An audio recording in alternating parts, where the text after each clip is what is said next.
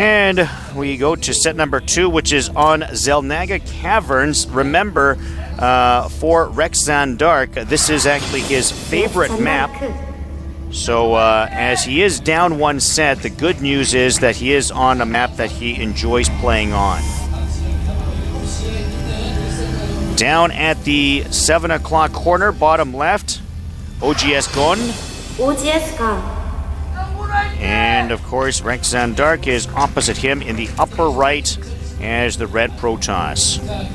And I mean, the opening of the Protoss did was actually a good counter to what the Terran did. I mean, it was a perfect counter. He made the fast immortals. He stopped the push without losing anything almost. Like, it went even. Then he got a fast observer out and could scout the Terran out. And then he was going to expand, I thought. And suddenly he didn't. So I guess that was a turning point in the game where things went bad, started to go bad for the Protoss player. I think he seemed bothered by that factory that was built near his base. Maybe he but he didn't even know about that factory, you know. Even though if he had known about it, that was not a big threat because he had the perfect army to counter any Hellion harass or whatever, right? Stalkers and Immortals. So, and I don't know why he wanted that fast Colossus. I mean, he had 2 Colossus in his base for maybe 5 to 10 minutes, not doing anything. And so, I'd rather have a Nexus and then make a Colossus, you know? Good point. If you have units that you're not using, it was wasted money for more economy, perhaps. Exactly. And again, I think he did that. Yeah, he's going for the same opening. I don't know if that's actually a standard Protoss opening. I just not that familiar. Ah, he's doing 2 gateways this time though. So it's gonna be. And the 2 gateway SCV over to spot that double gate cybernetics core. Maybe he's doing a stalker push to expansion. Like I saw one game where the Protoss did this against a Zerg. This build, like almost this build. So maybe that's gonna be it this time too. Like 2 stalkers, and then going for maybe a Nexus.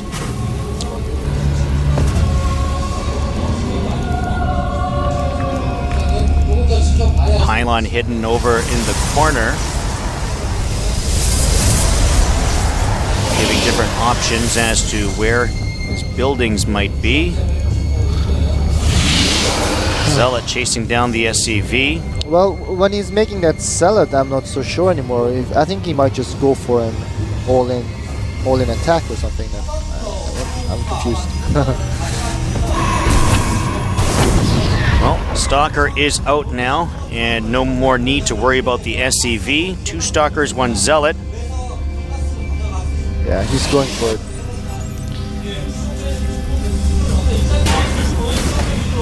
Early aggression here by ZanDarke.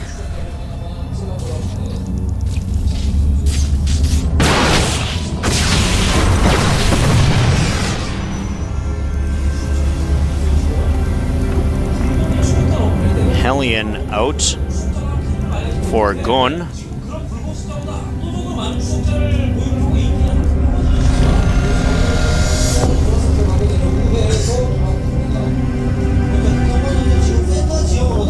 He's gonna take the way around the backside. He's gonna actually be behind these stalkers.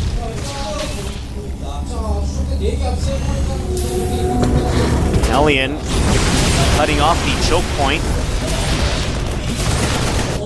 He's gonna chase back a bit, and let's see some harassment here by the Hellion. Probes coming out to attack, do the best they can. 1 kill from the Hellion. And is that going to be enough to take it out? No! Hellion's still alive. Hellion 5 kills, 7 kills. 8 kills for the Hellion. Over to the backside to get some more. Finally, Stalkers come out to be able to help. And 8 kills, 9. Is he going to get 10 before he goes? 9 kills for the Hellion. Some great harassment as he was able to get it in after the units had left the nest.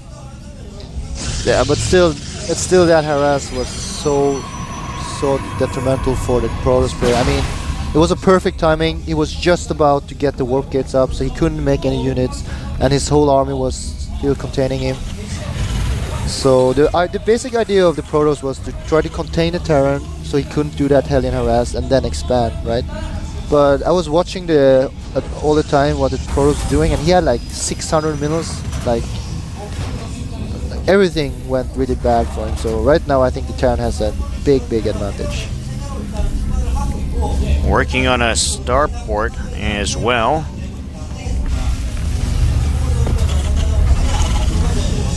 Couple of Banshees on the way. There's the first one. What the Terran wants to do now is that he wants to try to hit the Protoss, when the Nexus comes. He knows about like when the Nexus is gonna go up. Then he wants some units to harass while he secures his own expansion, because he knows he's behind, right, in the base. But if he can harass more, then it doesn't matter, because then he still have a strong economy. And cloaks. And some more harassment here at the expansion. Finally, an observer comes out. And the Banshee down to 6 hit points. There it goes.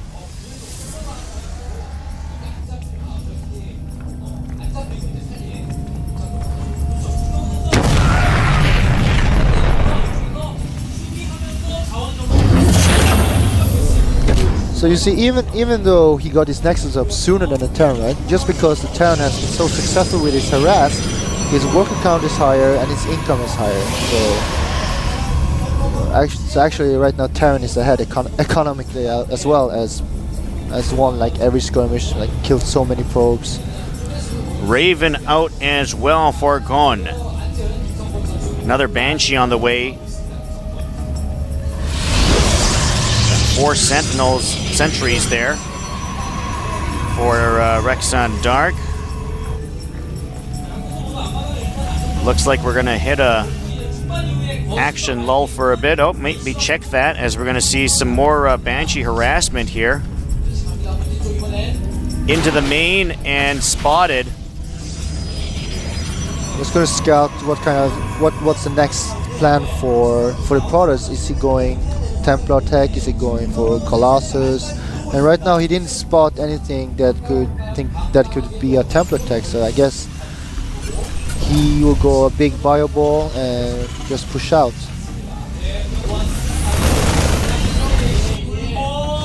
A little more information from the Banshee.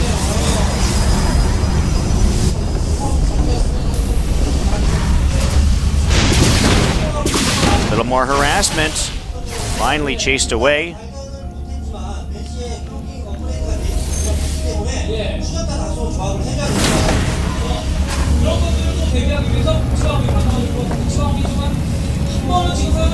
Both players with 2 bases. Actually, he's making pylons to block the gas intake of one of his expansions. That's kind of weird.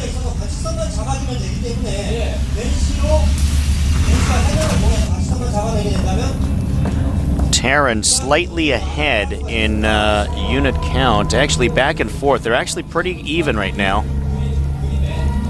Yeah, but I mean, the Protoss have no way of stopping a big fireball. He needs, yeah, he's getting Colossus, but I mean, Marauders are pretty good against that. I mean, even Banshees are pretty good against that, so I don't know.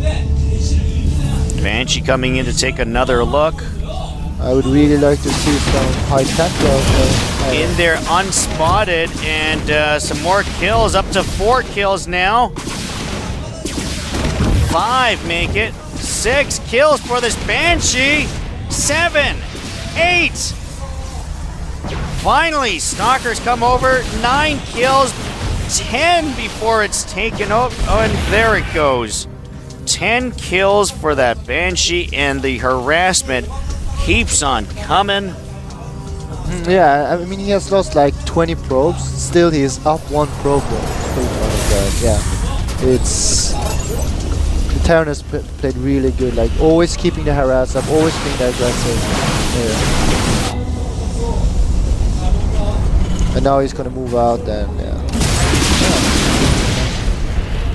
they're both trying to secure the third right now, but he will get a gold, and the Protoss will just get a normal expansion. So Terran is still way ahead of this game.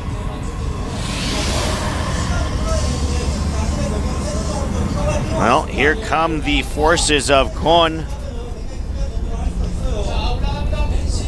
And it's a pretty formidable force coming up. He needs to wait for his Medivacs though. Or not. He's got the cloak. There is an observer there to spot. Force field placed up by the sentries, trying to slow down those Marines from getting around. Banshees are spotted completely. Only 3 of them left. There go all the Banshees. Banshees are gone. It's all ground units versus. And Medivacs are there, but I don't know. I don't think he's going to be able to bust through. Not going to bust through at all. Colossus there to chase him back, couple of them. I mean, I don't think he expected to win with that attack. I mean, if he did, he should have been more focused about it. But the point of this attack is just to dwindle down the Protoss army. So when he's expanding to his 3rd base right now, right? So he knows that the Protoss cannot counterattack him right at this moment, and his economy will just get booming really soon, like really soon. So I guess we'll call that the diversion play. Yeah, I mean, even though because he did it so sloppily to just stim his Marines, didn't even wait for the Medivac. It's like, okay, I'm going to throw away this army, but just because I can, kind of move. I would have liked to have seen him maybe take the Banshees to the backside, do some harassment with a pack of Banshees, and then send the Marines up to the front with the Marauders. Yeah, actually, I agree, because he had enough Banshees to even take out that 1 cannon, and the Banshees didn't do anything in that fight anyway. So, but now he has Ghost in the mix, and his supply count is way higher, and his 3rd base has been up and running for a minute. It's looking really good for the Terran. And it's going to force back, not allowing them to take that high-yield mineral patch. Terran pushing through. A lot of Marauders. And this time he might break through. Marauders. A whole lot of them. No answer this time. There's still a Banshee there, and that's enough. GG. As Cohen is able to take it 2 straight, he is going to advance. OGS Cohen is on to the round of 32 after 2 straight victories. And in the end, I mean, he was very patient. He waited for the right opportunities. We talked about the fact that, well, maybe he could have gone through the back door with a Banshee distraction from the backside an hour to allow his troops a better opportunity to win. But in the end, it doesn't matter. As you mentioned, he played this one. He thought it out well. And in the end, he comes out with a good victory. Yeah, I mean, he was clearly the better player here. I mean, both sets was pretty convincing wins. All right, let's take a look at the final results of each of our 4 matches today, and all of them were actually 2-game sweeps. Nesty defeating Kang Ji-young 2-0. It was Pak Jong-hyuk against Next Chief 2-0. EG Hydra 2-0 winner over Chicken Combo, and it was OGS Gon with a 2-0 win over Rex ZanDarke. So let's take a look at our matches coming up this evening, as these are our final round of 64 matches. It will be Sound Wera against I Am MVP. Jakji Wera is up against OGS Zinio. Cargo up against OGS Nada. Over the Zero against OGS MC. And Love Rip Wera against OGS The Wind. There are an awful lot of OGS players coming up this evening. Certainly looking forward to a lot of those matchups and some of the players involved in the matches this evening. Okay, well, let's talk about any favorite matches that you were able to see out of those first 4 today. Yeah, I like the first match, I guess, the best. Yeah, the first match was pretty entertaining. First match going back to Nesty, who was the winner. The Zerg match against Kang Ji-young. Yeah. Good match indeed. What was your favorite part about it? I just thought about it as most like there was some even fights and a bit back and forth, but I mean, even when I think about it, when I think about the second game with the mothership, of course, I have to take that. That was true as well. That, yeah. And that was actually a bit back and forth as well, so they were pretty even match. The mothership play, certainly a good match to watch as well. Maybe we'll check it out on replays later on in the week as well. Well, that is going to close out our day's events. We do have an interview coming up in a moment with OGS Gon, so stay tuned for that interview.